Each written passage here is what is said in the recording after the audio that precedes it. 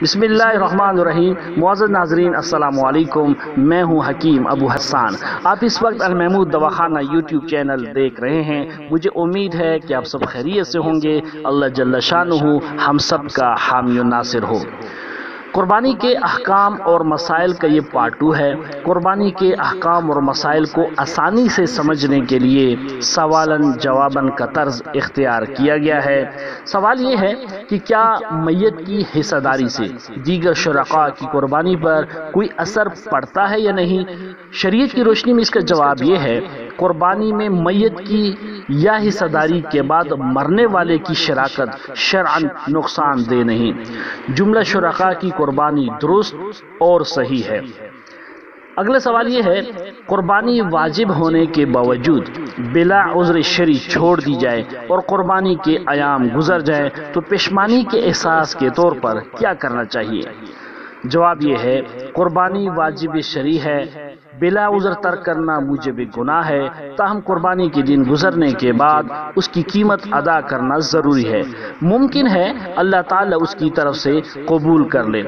اگلا سوال یہ ہے کہ ایک شخص نے قربانی کے لیے جانور خریدا، بعد ازاں محض اس لالچ کی وجہ سے فروخت کرنا کہ دوسرا کم قیمت والا جانور مل جائے تو کچھ رقم کا فائدہ ہوگا، تو کیا اس صورت میں اس خریدے ہوئے جانور کو فروخت کر کے دوسرا جانور خریدنا جائز ہے یا نہیں؟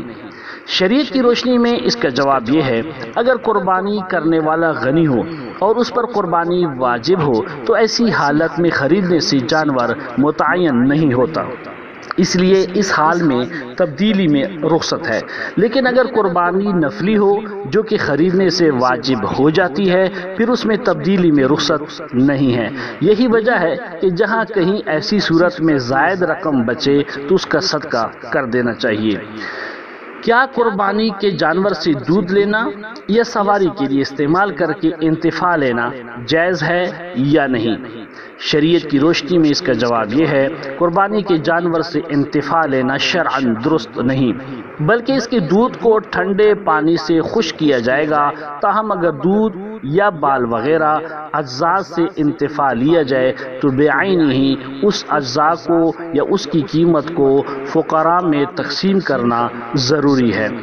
سوال یہ ہے کہ شریعت میں قربانی کے گوشت کو حصہ داروں اور فقراء میں تقسیم کرنے کا طریقہ کیا ہے؟ جواب یہ ہے کہ شریعت نے قربانی کے جانور میں حصہ داروں کو جائز رکھا ہے، لہٰذا گوشت کو شرکاء آپس میں ایسے طریقے سے تقسیم کریں جس میں کسی کی حق تلفی کا امکان نہ ہو، تاہم فقراء پر صدقے کے لیے وزن کرنا ضروری نہیں۔ سوال یہ ہے کہ کیا قربانی کا سارا گوشت خود رکھا جا سکتا ہے یا 3 حصوں میں تقسیم کرنا ضروری ہے؟ اس کی تقسیم کے صحیح طریقے کی وضاحت فرمائی جائے۔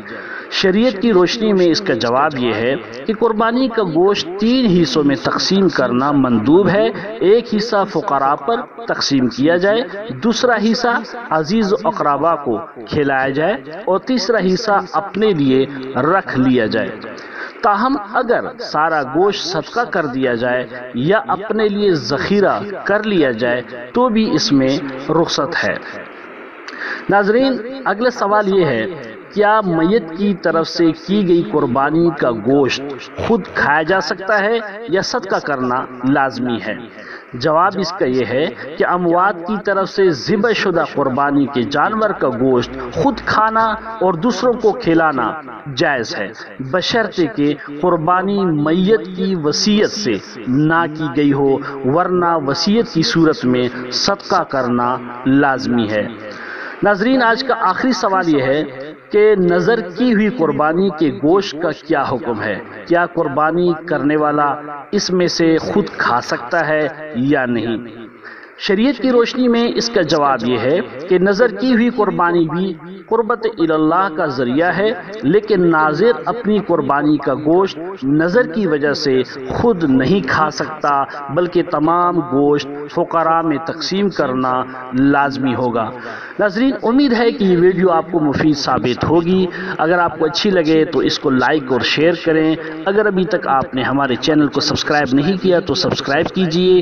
اپنا بہت خیال رکھیں۔ رکھیں، مجھے اپنی دعا میں یاد رکھیے۔ اللہ حافظ۔